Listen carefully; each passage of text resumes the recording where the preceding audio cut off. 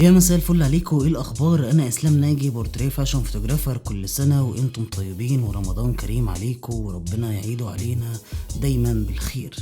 النهارده الفيديو مختلف، وقلت بما اننا في رمضان وناس كتير بعد الفطار الدنيا فاضيه فنعمل حاجه اتطلبت وندخل كذا حاجه في بعض.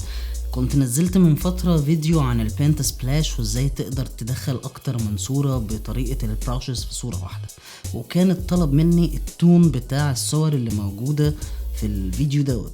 النهاردة احنا بس مش هنعمل التون، النهاردة احنا هنعمل التون وهناخد الصورة على الفوتوشوب ونفلتر السكن ونشتغل لوكوفاي وهنحط لايرز. كل الكلام دوت في الفيديو بتاع النهاردة. فالفيديو النهاردة دسم قوي، عايزكم بس من غير نصب عشان بيحصل الكلام ده كتير، يعني احنا مع بعض زي الفل. روح دلوقتي يلا بسرعة اعمل لايك. عملت؟ يلا بينا نكمل الفيديو بتاعنا. هنخش دلوقتي على طول. الاول هنخش نجهز الصورة بتاعتنا على اللايت روم، وبعد كده نبتدي نشوف البروسيس بتاعتنا. تابعوا لاخر الفيديو لان الفيديو زي ما قلنا فيه خطوات كتير، وهتخرج مستفيد قوي قوي قوي ان انت تطلع صورة كاملة تسلمها للكلاينت. ده رقم واحد. رقم اتنين، فيه هدية. اوكي بس يعني يلا بينا نخش. اوكي دي الصورة بتاعتي. هبتدي اول حاجة اشوف الصورة بتاعتي محتاجة ايه. اول حاجة انا شايفها ان هي اوفر اكسبوزد شوية، فهبتدي ان انا ايه اقلل. يعني شايف هنا تمام قوي. كونتراست ممكن اسحب لمسة كونتراست كمان. انا بحب الصور بتاعتي تروح لمسة ورم، فهديها لمسة ورم شوية. اوكي هنا تمام قوي.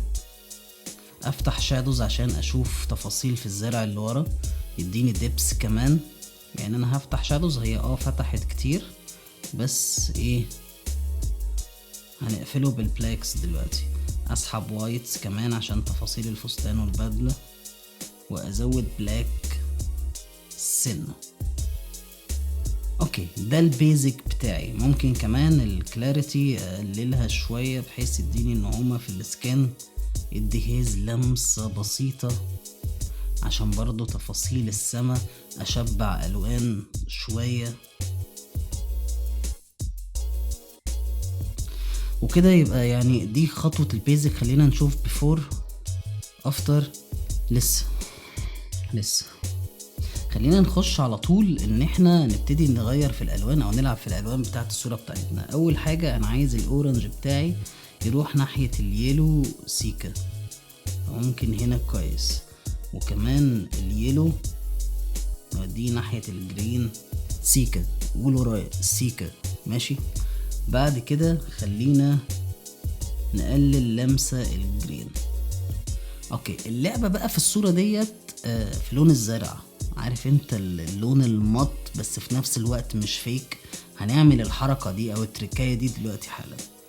اوكي هنروح بقى ايه نفتح بس السكان شوية، ندي لمسة بسيطة.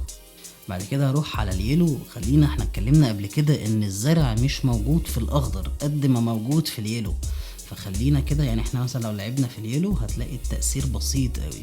فخلي ده جرين صح؟ لو لعبنا في الجرين هتلاقي التأثير بسيط قوي. خلينا نروح لليلو ونسحب اليلو مرة واحدة. بص يعني كده الدنيا فتحت قوي كده. الدنيا ايه اداني الماتون شوية.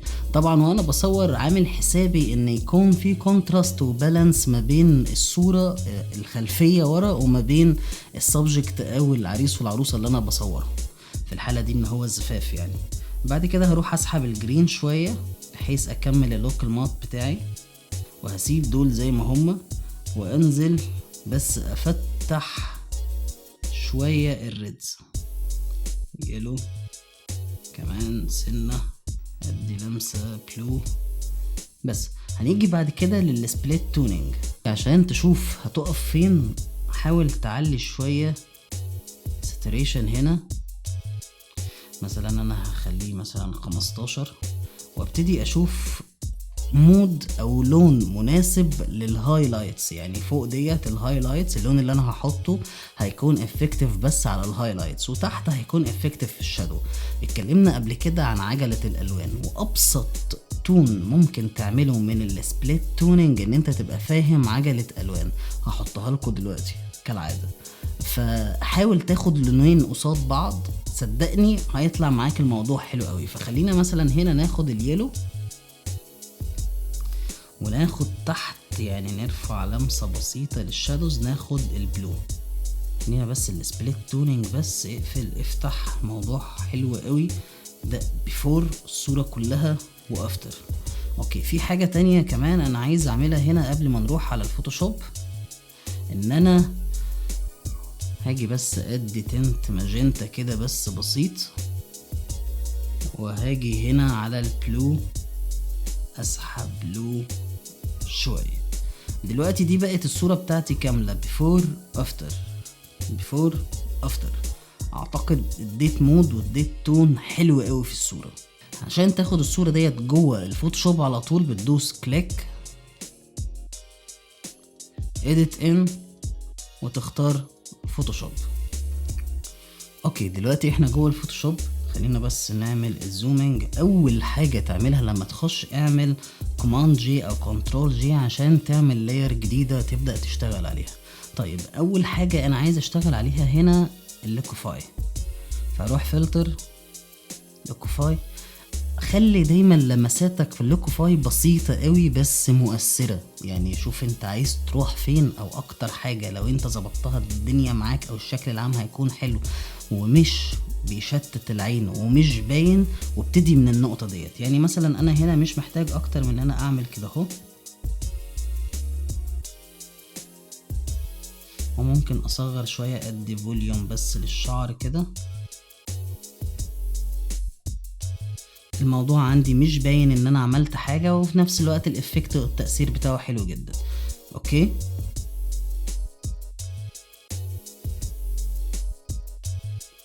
ادي بيفور افتر. بعد كده هروح عشان اعمل فلتر للسكن. دايما الويدنج مش بيحتاج ان انت تشتغل فيه هاي اند ريتاتش او كده. الفلتر بما ان الصور معظمها بعيد او مش بورتري، انا دوست دبليو عشان اخد الماجيك تول وهختار السكن.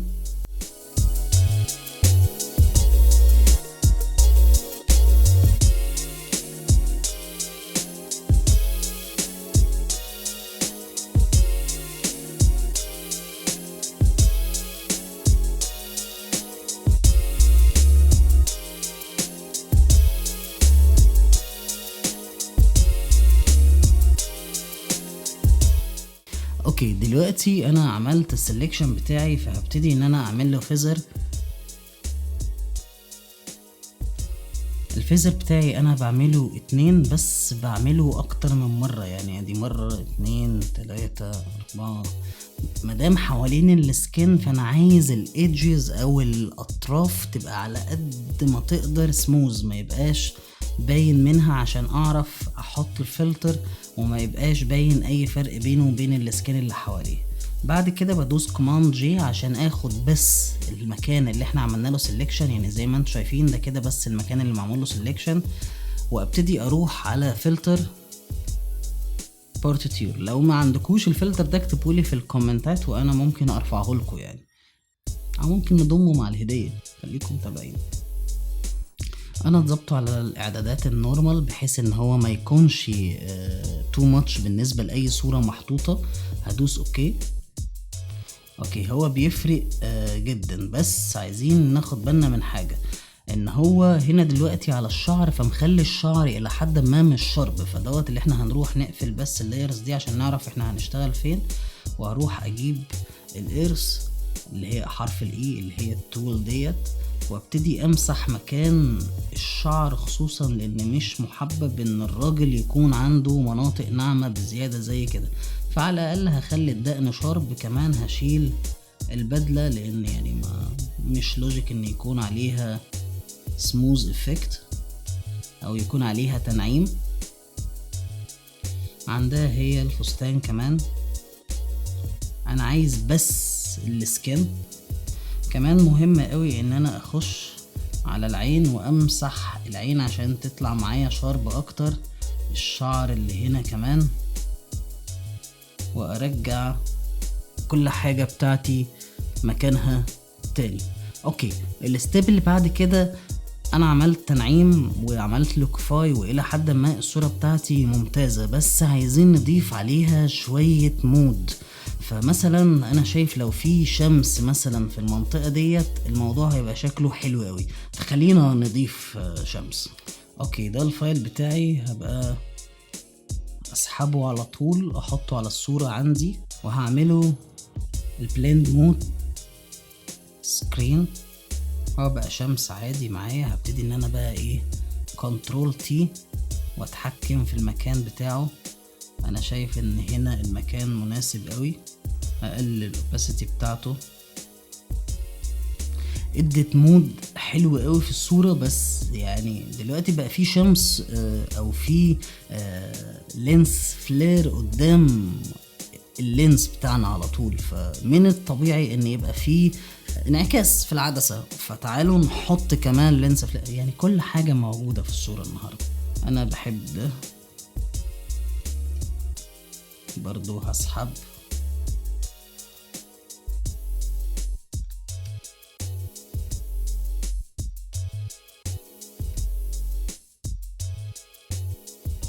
نفس الفكرة سكرين، وهبتدي اعمل له ترانسفورم مكان ما انا عايز. انا شايف ان هنا كويس جدا. ده النص بتاع الصورة، كمان السنتر اللي موجود فيه الشمس. بعد كده ممكن اقلل الاوباسيتي بتاعته كمان شوية، وبكده تبقى الصورة بتاعتي كاملة من اول اللايت روم لحد الفوتوشوب. طيب الهدية بتاعتنا ايه؟ بما انك وصلت لحد اخر الفيديو فانت مميز جدا، واكيد عملت لايك وسبت لي كومنت. فانا هعمل ايه؟ هتنزل تحت في الديسكريبشن هتلاقي لينك. اللينك ده هتفتحه، هتلاقي فيه البريسيت بتاعة اللايت روم اللي احنا عملناها، وهتلاقي فيه الشمس، وهتلاقي فيه اللينس فلير اللي هو المدور اللي هو موجود دلوقتي في الصورة. فهتلاقي التلاتة دول بحيث ان انت تقدر تستخدم نفس الحاجات ديت في شغلك. وشكرا ليكم جدا، وهستناكم فيديو جديد.